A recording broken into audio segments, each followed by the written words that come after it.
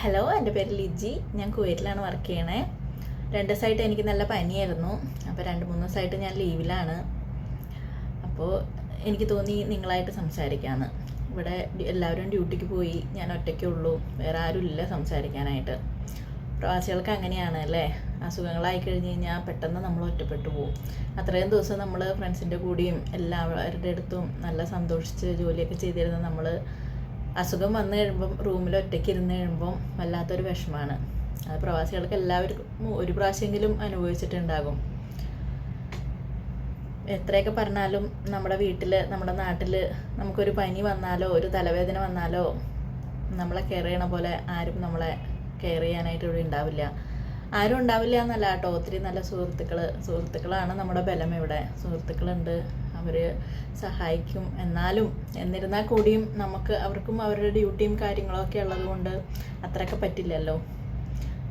അപ്പോൾ അസുഖം വന്നു കഴിഞ്ഞ് കഴിഞ്ഞാൽ പ്രവാസികൾക്ക് വല്ലാത്തൊരു ബുദ്ധിമുട്ടാണ്. അപ്പോൾ ആർക്കും, പ്രവാസികളായിട്ടുള്ള ആർക്കും, പ്രവാസികളെന്ന് തന്നെയല്ല ആർക്കും അസുഖങ്ങളൊന്നും വരാതിരിക്കട്ടെ. പിന്നെ എന്തൊക്കെയാണ് എല്ലാവരുടെയും ഓണം വിശേഷങ്ങൾ? ഓണത്തിൻ്റെ ഒരുക്കങ്ങളൊക്കെ കഴിഞ്ഞോ? ഓണാഘോഷമൊക്കെ എവിടം വരെ എത്തി? സ്കൂളൊക്കെ പൂട്ടി പിള്ളേരൊക്കെ ഓണ വെക്കേഷനൊക്കെ ആയിട്ട് അമ്മ വീട്ടിലും അവിടെ ഇവിടെയൊക്കെ പോയിരിക്കുകയായിരിക്കും അല്ലേ? എല്ലാവർക്കും സുഖമല്ലേ? ഞാൻ ഒരു 10ാം ക്ലാസ് വരെയൊക്കെ വിമല ഹോമിൽ നിന്നാണ് പഠിച്ചത്.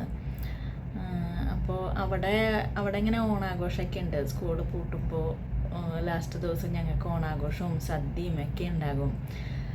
അതാണ് എൻ്റെ ലൈഫിൽ ഏറ്റവും നല്ലൊരു ഓണം എന്ന് എനിക്ക് തോന്നുന്നു.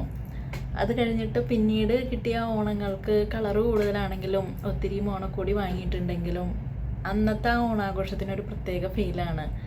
ഒരുപാട് നാൾ കൂടി ഞങ്ങൾ 150 കുട്ടികളുണ്ടായിരുന്നു അന്ന് ആ ഓർഫനേജിൽ.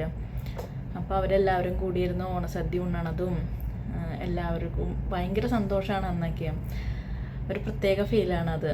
അതൊക്കെ ഇന്ന് ഓർക്കുമ്പോൾ എല്ലാവരും മിസ് ചെയ്യുന്നുണ്ട്. അപ്പോൾ ആ ഓർഫനേജിൽ അന്ന് എൻ്റെ കൂടെ ഉണ്ടായിരുന്ന എല്ലാവർക്കും ഒരു പ്രത്യേക ഓണാശംസകൾ അറിയിക്കുന്നു.